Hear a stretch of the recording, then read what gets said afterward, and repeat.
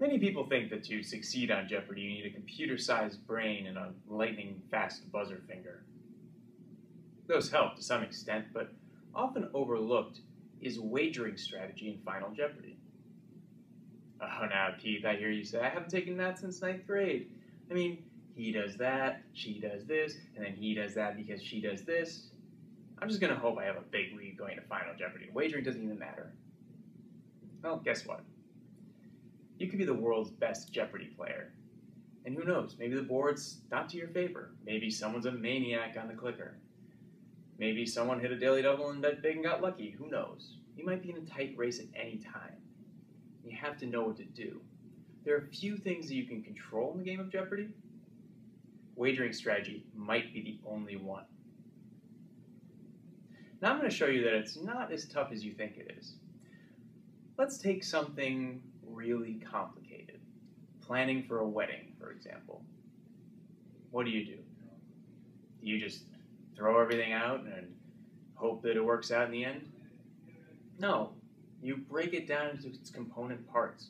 You say, all right, this week I'm going to take care of the flowers. Next week I'm going to take care of the invitations. The week after that is catering.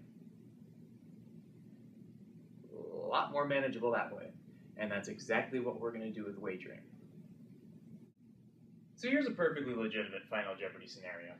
We have Amanda with 16,000, Bob with 14,000, and Charlie in third place with 8,400. What does each player do? There's a lot of numbers here, and there's a lot of possible ways to wager.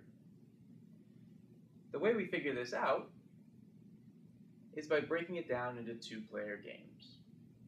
So let's start with mastering that, and then we'll get on to the next section. What I'm going to do, we'll just forget the third player for now. And we'll begin with a simple scenario. So this is a possible Final Jeopardy scenario. We'll just disregard what the third place player has right now. Here we have Amanda in the lead with 15,000, Bob in second place with 8,000.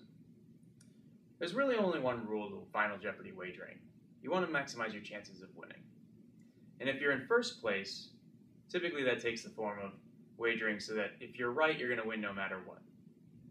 So you want to wager to win by $1 if the second place player bets everything. So, Bob bets everything.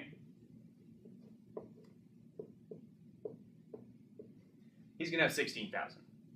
So what does Amanda have to wager so that she wins by $1? Well, she has 15,000 now, 16,000, subtract 15,000 is 1,000, add $1, it's 1,001.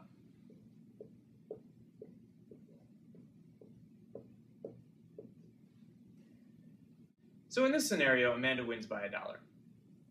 We know what she's going to do. That's her optimal wager. Now, what is Bob going to do?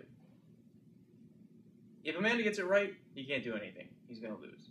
What if Amanda gets it wrong? We know that if she gets it wrong, she'll have 13,999. Bob has 8,000. He has to wager something to win. So he can't just stand pat. Might as well wager everything. Maybe leave a few dollars. Doesn't really matter. So here's another scenario. Amanda still has 15,000. Bob's a little bit more this time, 11,000. Step one is always figuring out what the first place player is going to do. Bob has 11,000. Let's say he wagers everything. That's Amanda's assumption. You'll have 22,000 when that's done. 22,000 minus 15,000 is 7,000. You add $1.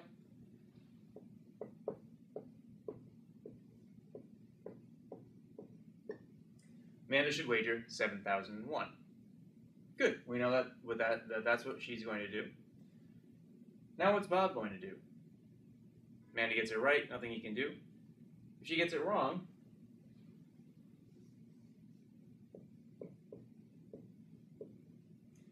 this is when things get interesting. Amanda will now have less than Bob has before Final Jeopardy. So Bob can wager anything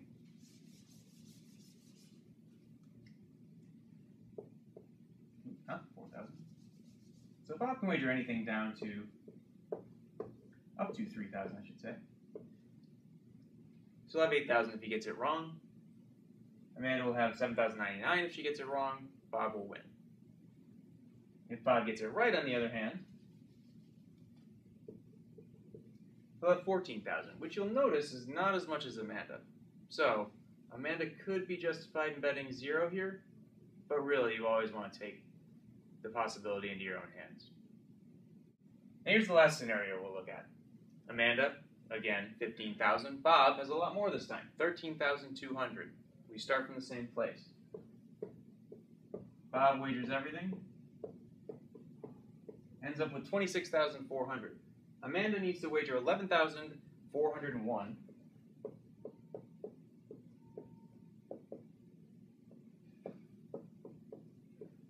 To cover him. So that's what she's going to wager. What is he going to wager? Let's see what happens if she gets it wrong. She gets it wrong.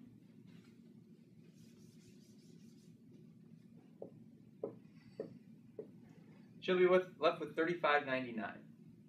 So, Bob just has to be left with more than 35.99, and he's in good shape. So you can have at most 3,600, which means he can wager no more than 9,600.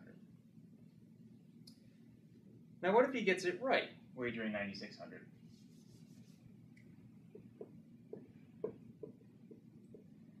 You'll see that he has 22,800, which is more than Amanda's original total. Now, this is the important point. If you have enough money, if you're close enough to the leader so that you can wager something to cover what would happen if she bet 0, yet still not fall below her if you both get it wrong, then you want to wager at least that much.